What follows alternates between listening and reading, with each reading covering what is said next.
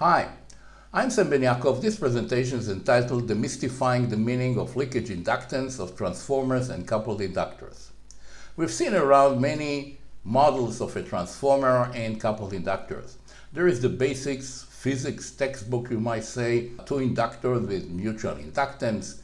There is the T-shape with an ideal transformer. Here we have a case in which the transformer is connected to the so-called magnetization inductance with the leakage on the two sides. And then we have here the L shape with the ideal transformer connected to the magnetization, so to speak. So the question is, what's the difference? And it has been suggested that some of these are more appropriate for certain applications like LLC or wireless power transfer, and in fact to the construction of the magnetic device. For example, if you have a transformer with many turns on one side, then the leakage there is supposedly larger, so this will be more appropriate to emphasize that you have the leakage, in fact, on one side rather than the other side. So the purpose of this presentation is to start afresh from the very basic concept. You might say from first principles, in an intuitive way to understand what is it all about the leakage, what are the model, what's the difference between them, and whether we should use one or the other. And I'm starting here with the very basic notion of a two-terminal network, which has two terminals, of course. I'm labeling them as 1 and 2, and I'm assuming here two things. One is inside we have only inductors, some of which are coupled, not necessarily all of them, and that the energy or signal transfer is done by the flux, magnetic flux, that there is no galvanic connection between input and output. You might have a common ground, but the energy, the signal, is not passing through wires rather than through the magnetic flux.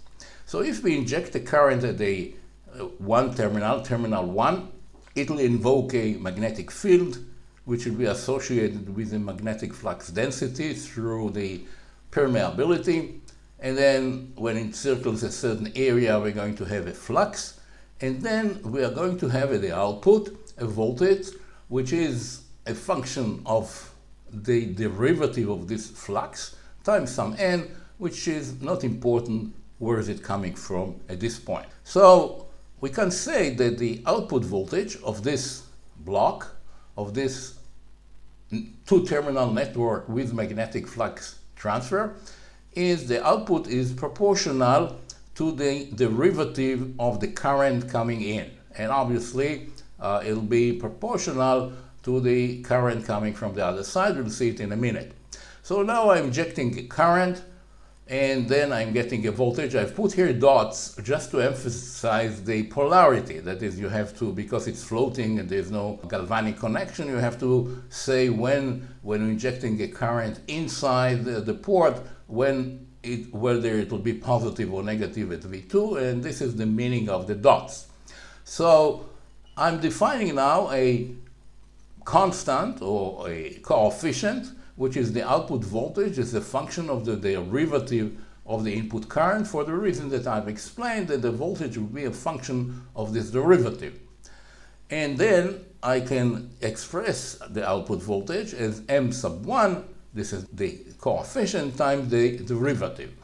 And I'm doing the same thing from the terminal 2, injecting a current, getting a voltage, defining a coefficient, and we know that M1 and M2 are equal. Now, usually the argument goes like it can be shown that, and there are several explanations of this sort, like it can be shown from Maxwell equation that these should be equal.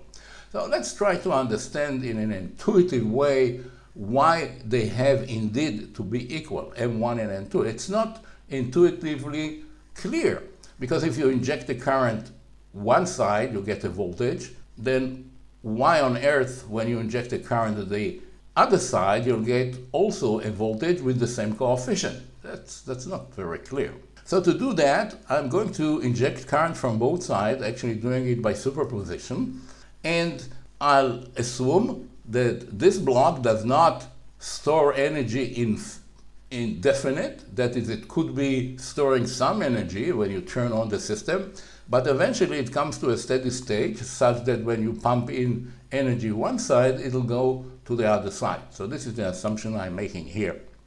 And I'll do it step by step. I'll first do by superposition, putting I1 on one side and getting a voltage. V2 is this coefficient times the derivative. This should be I1 dt. This is the voltage here. Now I'll go through a Laplace transform for the derivative, S times I1, and then I'm doing now a phasor representation. So now the signals are sinusoidal, phasors with phase shift, etc., which is expressed by this J. And therefore V2 is, this is the S is replaced by J omega, so M1 is now times J omega times I1 is V2. And now I'm doing it the same thing from the other side. But the voltage I'm getting here is shifted because of the J omega. So in order to get real power, I have to multiply it by a current which is also phase shifted, and I'm expressing it by J I2. This actually expresses you might say, the phase shift of I2 with respect to I1, which is supposed to be like the reference. So if I'm multiplying these two, I'm getting positive power coming out. So the positive power coming out is omega M1 I1 I2. Now what is the power coming in? Now I'm expressing V1 as a function of J omega M2. This should be now I2, but the direction is reversed, and therefore, and then there's a phase shift, and therefore it's minus J I2. And when I multiply it, I'm getting that V1 is omega M2 I2, and therefore the power here is times I1, which is the reference, phase you might say, and this is the P1, and we have seen that P2 is this expression, and when you compare these two, you come to the conclusion that indeed, power conservation point of view, you see that M1 has to be equal to M2. And therefore there is only one coefficient, which we call it the mutual inductance. So this is the very basic concept of this block. The general block has nothing to do with a specific structure. The only thing that I've assumed here is that the energy transferred by the flux, and it includes inductors. So now we can translate it into the familiar, as I said, physics textbook configuration of two inductors. And this is because when we look into one terminal, we see some inductance. When we look at the other terminal, we see another inductance. From the impedance point of view, we have two terminals with two inductors. And then we have this function relating the current in one to the voltage in the other one. And we can show it in this way. Here are the two inductors. These are dependent sources. This is the voltage here, a function of the current here. And in this case, there's no anymore any coupling. That is, this is standing by itself, and the coupling is actually expressed by these dependent sources. So this is the very first step. So let's move now to a transformer. Suppose we have a so-called ideal transformer in the sense that all the flux is shared by the two terminals. We know the inductance is this coefficient mu A sub b, this is the cross-section, effective cross-section area over the magnetic length times n squared. So therefore L11 is some constant times n1 squared. L22 is the same constant times n2 squared, and therefore the turns ratio n2 to n1 is the square root of n22 n11. This is very well known, of course. Now if I have a current source on one side connected to the terminal 1, I'll develop a voltage at terminal 1. I'm talking about the voltage here, not the voltage transfer, the voltage here, which is dependent on the inductance. And this is the relationship that V1 is L11 the I1 dt. This is the inductance of the primary here, you might say, and since we have a current, we have a voltage. Now this voltage developed here is going to be transferred to the secondary via the transfer ratio of a transformer because they are sharing the same flux. I'm not going into the fine details here. Same dφ/dt is shared by these two, so therefore this holds. So therefore I can write V2 as L11 times N2 over N1 dIdt, replacing this by the square root. I am getting that V2, the voltage induced here, is a function of the derivative of the current here times the square root of L11, L22. Lo and behold, this is the M I was talking about, and this is for the case that there is a perfect coupling here between the coils here because the same flux is shared by them. Now I'm moving to the case in which some of the flux is sort of escaping. There is a leakage here, and therefore only part of the flux is coming through from, say, 1 to 2, and therefore I have to multiply this ideal mutual inductance by some coefficient smaller than 1. This is the coupling coefficient, which will adjust for the fact that only part of the flux is coming through, and K is the part that is coupled, okay?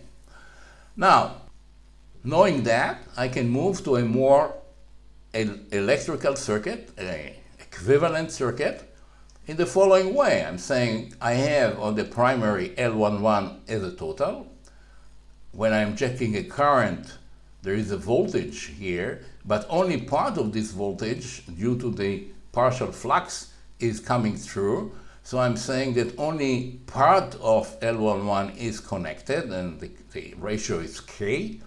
Here is a good coupling, and then I have the voltage at the output. And for the same reason, when I'm injecting a current here, I have to do this same breaking of the inductor. And here I came up with this first model, electrical circuit model of this coupled inductors. And here it is. This is K times L11. This is L11 times 1 minus K. This is the leftover, you might say, and same thing on the other side. And these are coupled tightly now.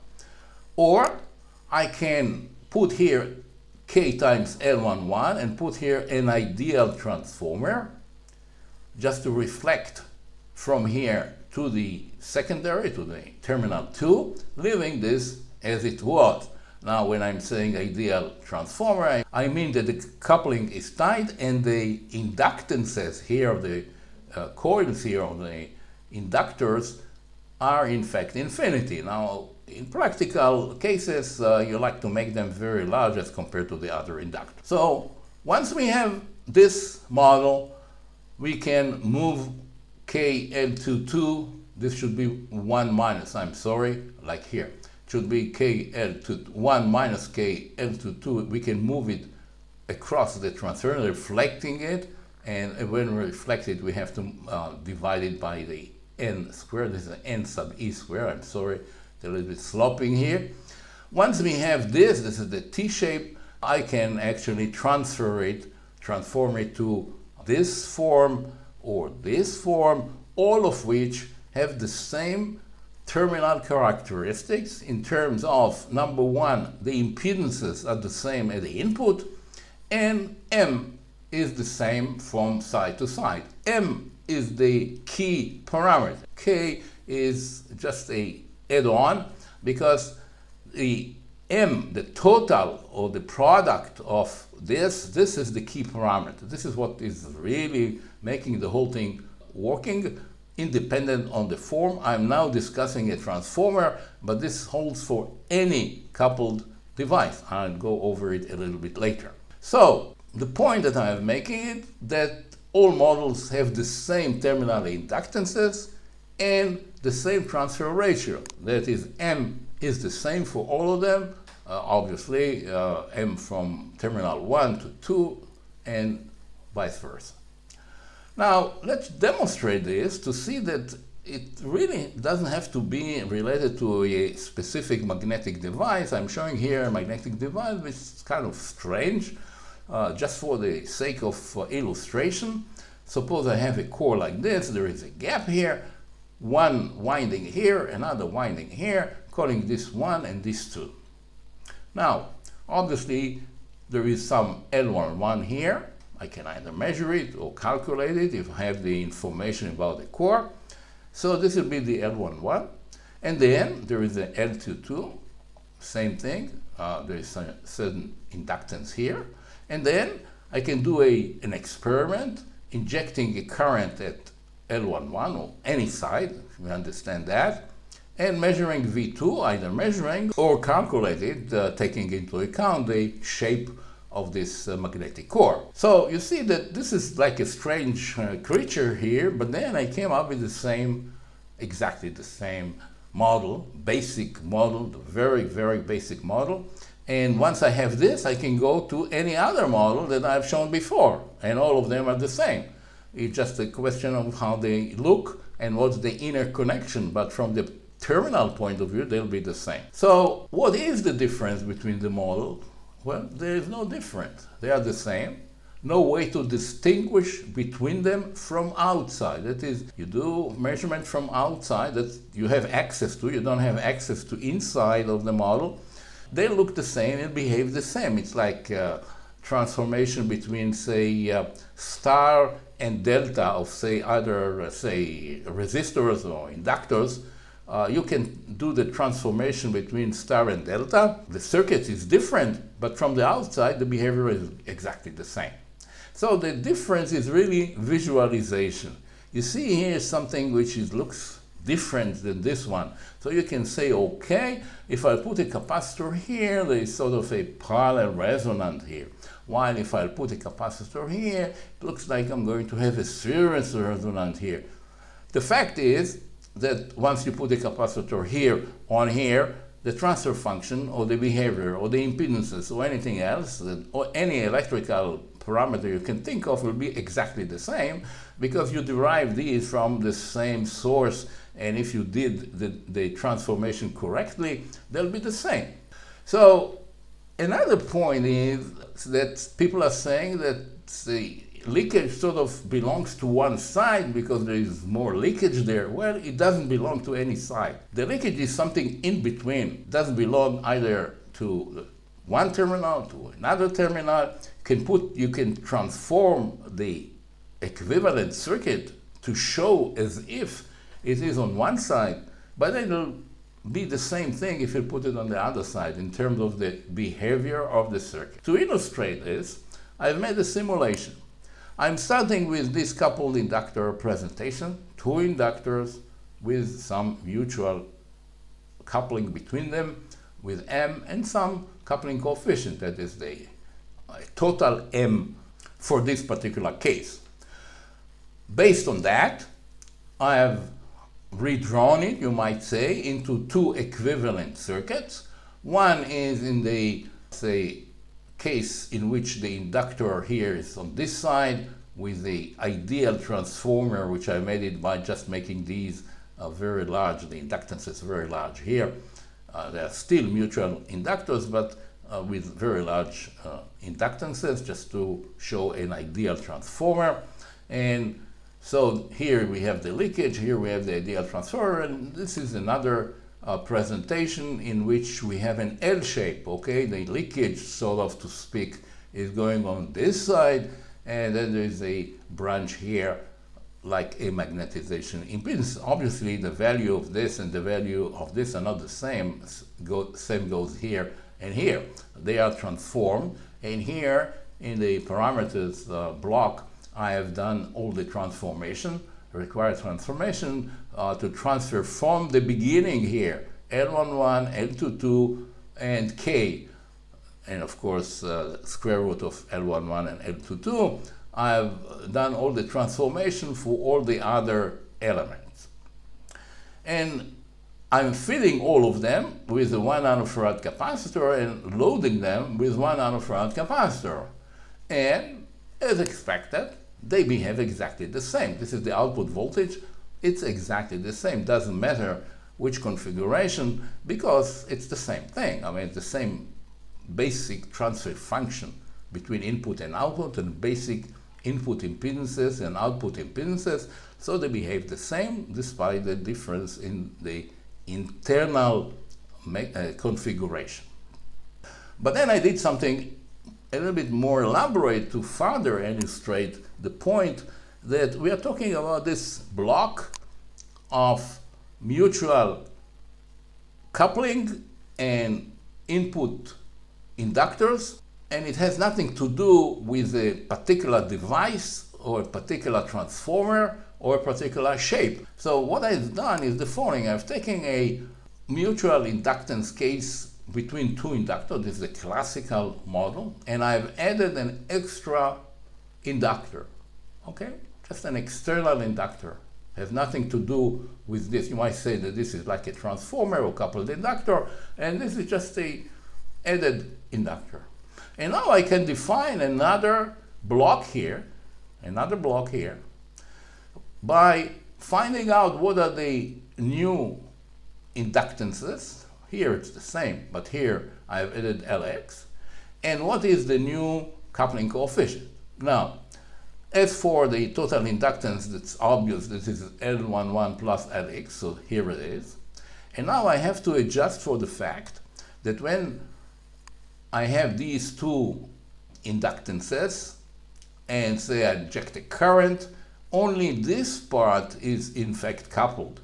And the ratio of this coupling is dependent on L11 and Lx. And here is the correction. So Kn is now the new coupling coefficient for this structure that has embedded in it this extra outside inductor.